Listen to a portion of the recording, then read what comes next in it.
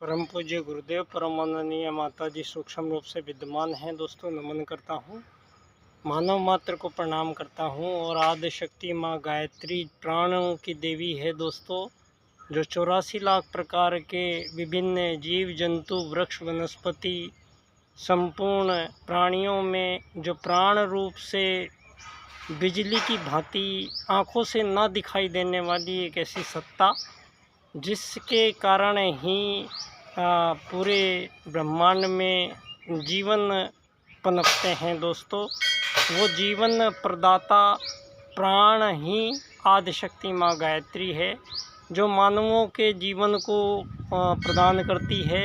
मानवों के जीवन का जो मूल कारण है वो प्राण है, और प्राण ही आदिशक्ति माँ गायत्री है दोस्तों। ये आदिशक्ति माँ गायत्री का सफ़र दोस्तों सनातन भारत की मान्यताओं के अनुसार धरती पर दोस्तों सबसे पहले यहाँ परम सत्ता परमात्मा एक क्रिएटर, जिसने ये संपूर्ण ब्रह्मांड में क्रिएशंस की हैं, जितने भी क्रिएशन है पूरे ब्रह्मांड में, उसका क्रिएटर जो है वो क्रिएटर दोस्तों परमात्मा है, जो वो सूक्ष्म रूप से है। परमात्मा का कोई आकार प्रकार रूप नहीं है। परमात्मा सत्ता स्वयं का जो उसका अस्तित्व है वो चुंबकीय किरणों की तरह, चुंबकत्व की तरह है दोस्तों, और वो आँखों से दिखाई नहीं देता है, और एक ऐसी चुंबकीय किरणों की भांति पूरे ब्रह्मांड में संव्याप्त है दोस्तों। इसीलिए सनातन परमात्मा है। और दोस्तों आदिशक्ति माँ गायत्री प्राण रूप से उपस्थित हैं संपूर्ण ब्रह्मांड में। यह आदिशक्ति माँ गायत्री की वो भी सूक्ष्म रूप से है, बिजली के रूप से है। और दोस्तों तीसरी जो सनातन है वो है आत्मा। दोस्तों पूरे कायनात में परमात्मा हमेशा हर जगह विद्यमान रहता है। आदिशक्ति माँ गायत्री का प्राण हमेशा हर जगह विद्यमान रहता है, और परमात्मा का ही एक अंश आत्मा दोस्तों हमेशा विद्यमान रहता है। अब ये आत्मा जो है दोस्तों, इसका हमारे वेद सूत्रों ने आत्मत सर्वभूतेषु और वसुधैव कुटुम्बकम, दो वेद सूत्रों के अनुसार इस सृष्टि में 84 लाख प्रकार के संपूर्ण जीव समुदायों का निर्धारण जीवन काल का आत्मत सर्वभूतेषु और वसुधैव कुटुम्बकम के सूत्रों के अनुसार हजारों लाखों साल से धरती पर मानवों के साथ साथ आज तक विद्यमान है दोस्तों, और उनमें किसी प्रकार की कोई त्रुटि नहीं आई है। आज ये मेरा सौभाग्य है दोस्तों, आज मैं आप सब लोगों को उस स्थान पर ले आया हूँ जिस स्थान पर दोस्तों परम पूज्य गुरुदेव के सपनों का विश्वविद्यालय है, देव संस्कृति विश्वविद्यालय, जो देव मानव गढ़ने का एक ऐसा टकसाल परम पूज्य गुरुदेव ने बनाई है, जहाँ से युग परिवर्तन के अंकुरित जो बीज हैं वो फलित होंगे। दोस्तों ये वो स्थान है, ये मेरा सौभाग्य है दोस्तों। परम पूज्य गुरुदेव ने इस विश्वविद्यालय में मुझे 2005 में ही बुला लिया था, और दोस्तों यहाँ 2005 में मैंने समग्र स्वास्थ्य प्रबंधन देव संस्कृति विश्वविद्यालय से किया, और परम पूज्य गुरुदेव ने मुझे जो कार्य सौंपा था वो पंडित दीनदयाल उपाध्याय जी के 4 राजनीतिक सूत्रों का अध्ययन मनन चिंतन करना और फिर उनकी व्याख्या करनी है दोस्तों। तो आज 20 साल लगे हैं मुझे इस कार्य में, 2005 से लेके और अब 2024 में हम लोग मिल रहे हैं, और ये मेरा सौभाग्य है कि दोस्तों उसी प्रांगण में मैं दोबारा आप सब लोगों के समक्ष खड़ा हूँ और अपनी बात को दोबारा फिर दोहराता हूँ दोस्तों। पंडित दीनदयाल उपाध्याय जी के 4 राजनीतिक सूत्र जिनकी मैंने व्याख्या की है, आर्थिक लोकतंत्र द्वारा अर्थायाम आधारित एकात्मतावाद की स्थापना से अंत्योदय की प्राप्ति होगी। तो इन 4 सूत्रों को दोस्तों इनका व्याख्यान आप सब लोगों को मैं हाथ जोड़कर निमंत्रण विनती है।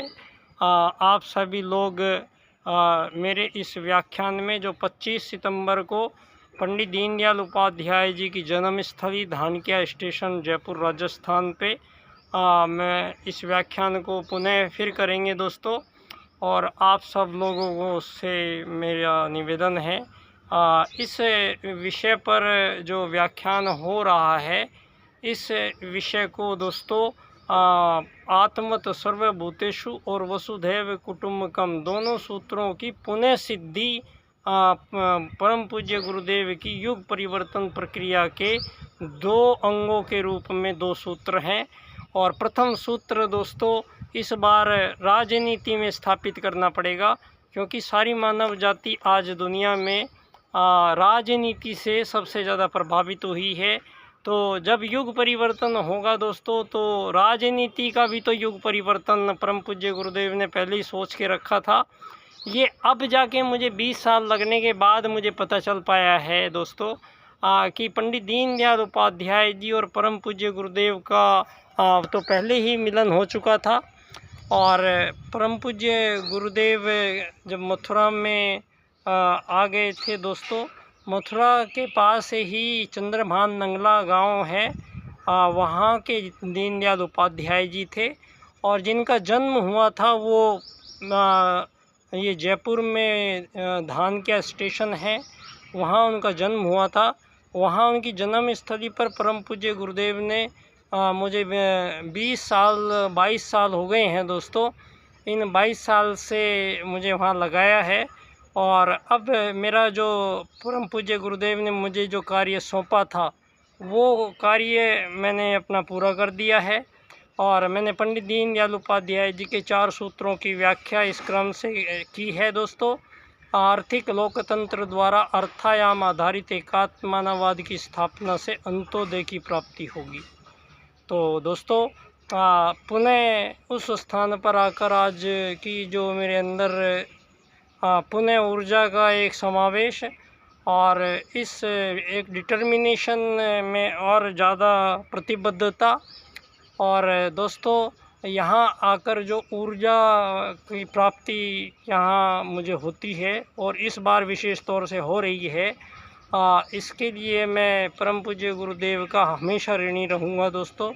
और हमेशा ऋणी रहूँगा इस एक ऐसे धरती पर जहाँ सारी दुनिया के मानवों को दोस्तों आज पश्चिम के उसके एजुकेशन सिस्टम के कारण ही इन 2500 वर्षों में दोस्तों यहाँ धरती के प्रत्येक मानवों को अज्ञान में झोंका गया है दोस्तों। यहाँ आज संपूर्ण मानव जाति को जो ज्ञान दिया गया है ये ईसा के बाद के काल से ही दिया गया है। और आज सारी दुनिया में मानवों को ये बताया जा रहा है कि मानवों का जन्म मछली बंदर से होते हुए इंसान बने हैं, और मानव जंगलों में रहता था और मानव कुछ नहीं जानता था। और मानव के बारे में आज सारी दुनिया में मानव आगमन से और आज तक की जो कहानी पेश की जाती है दोस्तों, ये आज नासा ने जब ये प्रूव करके दिया है सारी दुनिया के समक्ष कि 5 से 7 हज़ार वर्ष पहले भारत में भगवान श्री राम के द्वारा बनाया गया श्री राम सेतु पुल, उसकी उन्होंने पूर्ण चित्र लिए हैं सैटेलाइट से और उसको पूरा एनालिसिस किया गया है। और फिर उनको लिखना पड़ा है कि 7 हज़ार वर्ष पहले भगवान श्री राम भारत में रहते थे। तो दोस्तों जब ये बात अब साबित हुई है सारी दुनिया में, तो ये जो डार्विन और चार्ल्सवाद के कारण, मैकाले शिक्षा पद्धति के कारण और विश्व की जो मूल धरती पे प्रथम जो राजनीति प्रथम मानवों ने, आर्य मानवों ने पूरे मानव जाति के सम्मुख प्रस्तुत की थी, क्योंकि पहले आवश्यकता नहीं थी दोस्तों। यहाँ धरती पर आज जो दिखाया जा रहा है मानव वर्सेस मानव, यहाँ आज जो आज की राजनीति ने एक सारी दुनिया में एक ऐसा स्ट्रक्चर क्रिएट किया है दोस्तों, जिसको मानव वर्सेस मानव बना के और मानवों की उन्नति, प्रगति और विकास क्रम कहा जा रहा है जिस चीज़ को दोस्तों, उसका परिणाम ये हुआ है कि सारे संसार में मानव के अंदर मानवीयता तो ख़त्म होती चली गई है और मानव और अधिक आक्रामक और मानव और अधिक हिंसक और मानव और अधिक अत्याचारी होता चला गया है। बावजूद इसके कि सारी दुनिया में सारे मानव धार्मिक कहलाते हैं। आज दोस्तों पिछले 2500 वर्षों से धरती पर मानवों के बीच में कुछ ऐसे कृत्रिम विभेद पैदा किए गए हैं मानवों के द्वारा और फिर उनका अनुसरण किया गया है, जबकि यहाँ धरती पर मानवों के बीच जो प्रारंभ काल में ही आत्मत सर्वभूतेषु वसुधैव कुटुम्बकम के सूत्रों के अनुसार धरती के प्रथम मानव दोस्तों यहाँ मनु थे। ये बात आज पूरा संसार में ये साबित हो गई है बात। आज सारे संसार की पुरातत्व जो आधुनिक खोजें हैं वो आज सारे संसार के सामने ये साबित करती है कि धरती पे प्रथम मानव मनु थे, जिनका आगमन उत्तराखंड क्षेत्र के नीचे के भाग में हुआ। और दोस्तों मनु का जब पहला परिवार धरती पर पहली बार कोई मकान बनाकर रहना शुरू किया तो वो पहली बस्ती जो बसाई मनु का जो पहला बस्ती बस के बड़ा परिवार और मकान बनाकर रहने लगे तो दोस्तों उनको आर्य परिवार कहा गया। दोस्तों आर्य कोई जाति विशेष से संबंध नहीं है। आर्यों का मतलब है कि वो जो धरती के प्रथम मानव यहाँ आए थे वो बहुत बड़े वैज्ञानिक थे, बहुत बड़े ऋषि हुए हैं, बहुत बड़े तपस्वी हुए हैं, बहुत बड़े ज्ञानी हुए हैं दोस्तों। उन्होंने प्रथम आगमन काल में ही सतयुग यहाँ पर जिया है और सतयुग में ना कोई राजा, ना कोई प्रजा, ना कोई दंड, ना कोई दांडिक। तो यहाँ मानवों के बीच जो आज दिखाया जा रहा है मानव वर्सेस मानव, तो ये दिखाने की आवश्यकता नहीं है दोस्तों, क्योंकि मानवों के बीच किसी भी प्रकार का कोई विभाजन, कोई विभेद धरती पर प्रथम मानव आगमन काल में नहीं था। सतयुग में किसी भी प्रकार का कोई राजा, कोई प्रजा, कोई दंड, कोई दांडिक नहीं थे दोस्तों। मानव वर्सेस मानव नहीं है यहाँ। आत्मत सर्वभूतेषु के सूत्र के अनुसार सारे संसार के संपूर्ण मानवों में जो मूल रूप से विद्यमान है वो शक्ति एक ही, वो बिजली शक्ति है दोस्तों। वही एक परमात्मा का अंश है और वही आदि शक्ति माँ गायत्री का प्राण है। उन्हीं से सुसंचालित धरती के आज 8 अरब लोग दोस्तों पिछले 2500 सालों से मानवों के बीच अमीर गरीब बनाया गया है। धरती पे सबसे बड़ा जो छल पैदा किया गया है मानवों के बीच में दोस्तों, ये है मानवों का अमीर गरीब बनना। ये प्रोसेस हमारे पंडित दीनदयाल उपाध्याय जी अर्थायाम में स्पष्ट करते हैं कि हमारे वैदिक जो मान्यताएं हैं, हमारे जो वैदिक सूत्र हैं दोस्तों, उसमें मानव किसी से कोई भी वस्तु विनिमय करेगा या मानव किसी से कोई सेवा सहायता लेगा तो बदले में उसको कोई धन देगा, रुपया देगा, पैसा देगा, डॉलर देगा। ये विधान हमारे आदि संस्कृति में नहीं है। हमारी भारतीय सनातन संस्कृति में ये कोई नियम ही नहीं है, क्योंकि सारे ब्रह्मांड में एक ही सूत्र काम करता है दोस्तों, आत्मत सर्वभूतेषु। इसी सूत्र के अनुसार सारे धरती पे चिड़िया, तोते, कबूतर, बंदर, हाथी, शेर, चींटी, कौवा, बकरी, मधुमक्खी, जितने भी जीव हैं वो दोस्तों सभी के सब झुंड में रहते हैं, परिवार में रहते हैं। तो सारी जीवों का जीवन क्रम जीवन और मौत के बीच में एक जैसा है। प्रत्येक जीव को दोस्तों भूख लगती है, प्रत्येक जीव को नींद आती है, प्रत्येक जीव को प्यास लगती है, प्रत्येक जीव के अपने बच्चे होते हैं, प्रत्येक जीव अपने बच्चों से प्यार करता है। तो यहाँ अंतर कोई है नहीं किसी भी जीवन में, बावजूद इसके आज मानव सारे जीवों को काट के खाया जा रहा है। दोस्तों, मानव किस दिशा में हमें धरती पर लेके जाया जा रहा है, उसका जो कारण है वो है राजनीति। और राजनीति को जब तक धरती से इसको शुद्ध नहीं किया जाएगा, दोस्तों, परम पूज्य गुरुदेव के ही प्रथम शिष्य थे पंडित दीनदयाल उपाध्याय जी। और परम पूज्य गुरुदेव से मिलके जब मैंने एक चित्र आपको प्रस्तुत किया था, जब दीनदयाल उपाध्याय जी और गुरुजी सीढ़ियों पर मथुरा में बैठे हुए हैं, ये उसी समय का उनका चित्र है दोस्तों, जिसके बाद ही पंडित दीनदयाल उपाध्याय जी ने बम्बई अधिवेशन में अपने 4 राजनीतिक सूत्रों में से मुख्य राजनीतिक सूत्र एकात्म मानववाद का व्याख्यान किया था दोस्तों। और उसके 1 साल बाद में ही उनकी 1-1.5 साल में ही उनकी हत्या कर दी गई। और उनके द्वारा दिए गए 4 सूत्रों को दोस्तों ऐसे के ऐसे ही दफन कर दिया गया है किताबों में। कोई भी धरती पे दोस्तों, मैं पिछले 20 साल से इनके 4 सूत्रों पर मैंने रिसर्च की, एक भी कोई राजनेता ऐसा नहीं है जो पंडित दीनदयाल उपाध्याय जी के सूत्रों पर चर्चा करना चाहता है।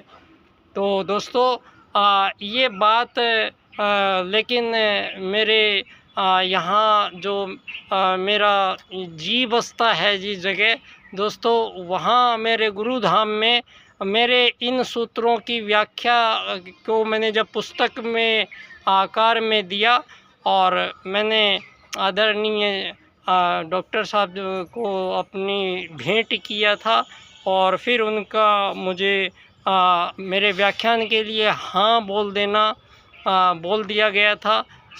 कुछ डेट प्रॉब्लम है, समय मिलेगा तो ये व्याख्यान धानक्या स्टेशन पे पंडित दीनदयाल उपाध्याय जी की जन्मस्थली पर हम शीघ्र ही करेंगे दोस्तों। मैं पुनः आप सभी लोगों को पंडित दीनदयाल उपाध्याय जी के 4 राजनीतिक सूत्रों की ओर से परम पूज्य गुरुदेव को नमन करता हूँ, परम वंदनीय माता जी को नमन करता हूँ, और आदि शक्ति माँ गायत्री को नमन करता हूँ। और नमन करता हूँ दोस्तों मेरे उस सपनों के देव संस्कृति विश्वविद्यालय को, जहाँ मुझे आने का मौका मिला, जहाँ मुझे अध्ययन करने का मौका मिला, जहाँ रहने का मुझे मौका मिला, और मेरे नाम के आगे जो शब्द जुड़ा, इससे मैं अभिभूत हूँ, खुद को गौरवान्वित समझता हूँ। मेरे जीवन का सबसे बड़ा परिचय यही है दोस्तों। धन्यवाद बच्चा डॉक्टर।